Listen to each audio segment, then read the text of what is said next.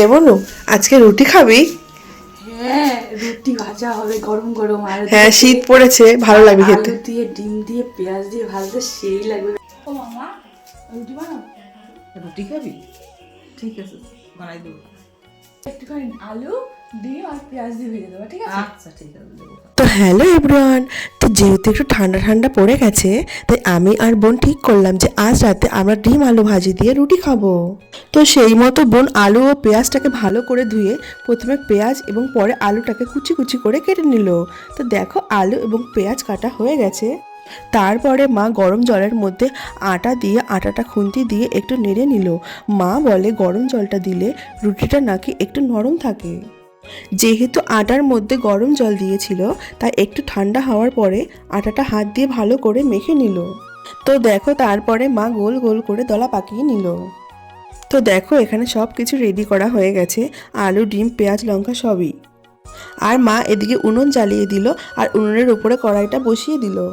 তারপরে মা কড়াইয়ের উপরে কিছু কাঁচা লঙ্কা দিয়ে তার উপরে একটু সরষের তেল দিয়ে দিল এবং কিছুক্ষণ নেড়ে চেড়ে কিছু পেঁয়াজ কুচি দিয়ে দিল ও পেঁয়াজগুলোকে খানিকটা ভেজে নিল।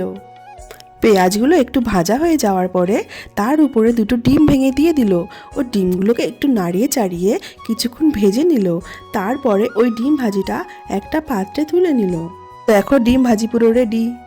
তো তারপরে কড়াইতে একটু সরিষার তেল দিয়ে তার উপরে কেটে রাখা আলুগুলো দিয়ে দিল এবং আলুটাকে একটু নাড়িয়ে চাড়িয়ে তার উপরে একটু হলুদ ও নুন দিয়ে দিল।